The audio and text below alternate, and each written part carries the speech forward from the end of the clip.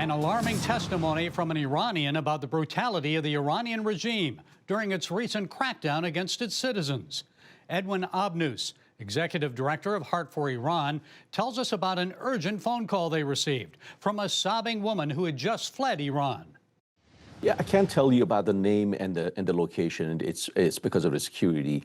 But lady managed to flee the country, and as soon as she did, she got in touch with one of our on-air talents, one of our ministers who's ministering Iranians inside the country, and shared this devastating news that she heard. Okay, Edwin, stand by. Here's what the woman said. We have it translated. It's shocking. خانواده پسر 12 سالش توپش افتاده، غروبی از حیاط افتاده بیرون، رفته توپشو بیاره، به بچه ساچمه خورده، بچه رو بردن بیمارستان، اومدن بالا سر بچه به مغزش شلیک کردن، داداشش بالا سرش بوده، داداش 20-22 ساله، داداششو کشتن، باباش رفته جنازه‌شون رو تحویل بگیره، باباشو کشتن. من اینا رو میشناسم، نمیتونم بیخیال باشم، من میدونم اینجا چه خبره. همه رو کشتن، تو هری همه رو کشتن، از یه خیابون شد نزدیک به 1000 نفر کشته دادیم فقط خیابون ما. اون چیزی که شما میبینید با این واقعیتی که ما از نزدیک دیدیم خیلی فرق میکنه. حتی تو جنگ دو تا کشورم اینجوری نمیتونست باشه که اینجوری شد. One of the things that are happening right now in Iranian hospital is the agents go to the hospital. If they find anyone with the gunshot wound, they kill him, they execute him right there. And that is what happened to this kid. That is what happened to his brother next to him. And then when the father went to collect the bodies, they killed the father as well. And that is what is happening in most of the hospital. And if there is any doctor that is taking care of these wounded protesters, they'll be reported. They'll find out who this doctor is, and they're going to have the same fate as the rest of them. I'm sure her testimony did not surprise you. We're not shocked because we have seen this over and over again. This is not something new. This is the strategy that the Iranian government is taking to silence the protesters and those who are against the current government, which is a majority of Iranians inside the country. But it is shocking in a way. It's a loss of life. It's a loss of human freedom, human rights, anything that a citizen can hope for in a free country to be able to live their life and enjoy their life. They are stripped out of those human rights. And it's very shocking. It's saddening. It's causing us grief when we see a country shut down like that. It's an open prison. Nobody is allowed to speak. Nobody is allowed to express their opinion. Nobody is allowed to do anything unless the government dictates them. And it's a sad story. They don't want to protest. They don't want any threat to the government and the state. Anybody comes out on the street, even the silent protest, a non-violence protest, they shut them down. They scare them. They consider them as enemy of state. They see a threat. If they don't do that, a lot of people will have courage to join the mass on the streets and raise their voices. And as a result of that, international community will reflect this unrest and protests, and that's going to weaken their position. So the best way is to kill them, to massacre them, to use violence against these protests. And they want to say, if you get out on the street, if you speak out against the government and the state, that is the cost you have to pay. Your family, your lives, your kids, everyone will die. You no longer going to have a normal life. Did this just happen, or did this horrific murder of this family and the others occur several weeks ago during the height of the protests? Yeah, this happened about 2 weeks ago. This is the height of the massacre that was happening. It still does happen, but it was about 2 weeks ago when thousands of people got murdered and gone down on the street with the military-grade weapons. What do Iranians who have contacted you say they want to see happen? Yeah, Iranians are,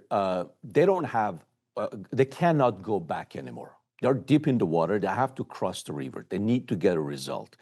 This time, I mean, this has happened from 1998 White Massacre, and then 2009, 2017, 2022 with the Women Life Freedom Movement. And this time, everything is different. Many things are aligned for Iranian people to be free, to use this momentum to get to the solution, which is a free Iran, to topple the regime and make sure there's a democratic, some sort of a democratic government is taking over. But the reality is they are grieving, they are scared, and they want international community to understand, to be their voice. News networks is one of the messages we're currently getting a lot more than before is, please reflect what we cannot say to the other international community, because their voice is shut down. As you know, internet blackout was been going on for a long time. Now it is up. I'm sure that it's an opportunity for the Iranian government to monitor suit, to see who is using, whose bandwidth is consuming a lot of data that is that basically points to the fact they're uploading videos and sending information to the news agencies. But the Iranian people are saying, be our voice. We're silenced here. We're being murdered here. We want you to speak on behalf of us and do something. Naturally, Iranians do not want to see their country to be devastated. Any type of war is going to devastate the economy. There's a social structure, and it's going to be probably take decades to get back on a normal situation. But at the same time, a lot of them are asking for United States intervention.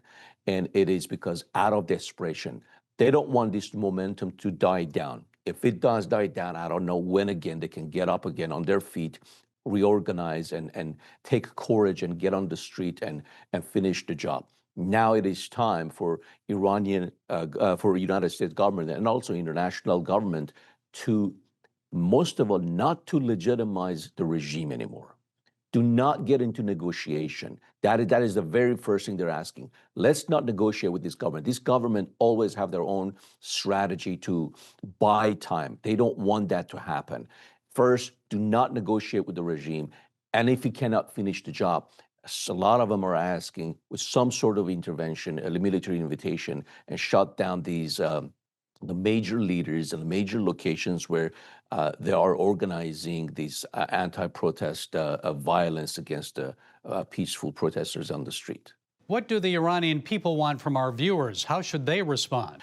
Iranians need encouragement. Iran needs to take courage and stand and finish the job. And that is the reality. This is almost 5 decades of a life without basic human rights. They need prayers. They need us to stand and be their voice, to speak out, to take the news to the international news agencies.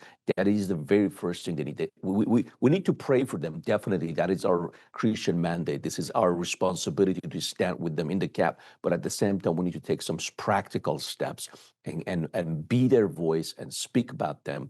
And let me share you another story, Gary, that happened a couple days ago. A lady, which is one of our viewers, called in, and she said that she was shot in the eye with the pellet fire, and that she had to go to the doctor and be operated on in secret, and she has lost sight. So that is, you basically won't be able to find a family in Iran that have not suffered this. And we should be their voice and speak out and let the international community know that we should not legitimize this government, and we should make sure these violence stops. Okay, Edwin Obnus, Heart for Iran, thank you for sharing about what you've learned about these horrific developments inside Iran. Thank you very much for having us.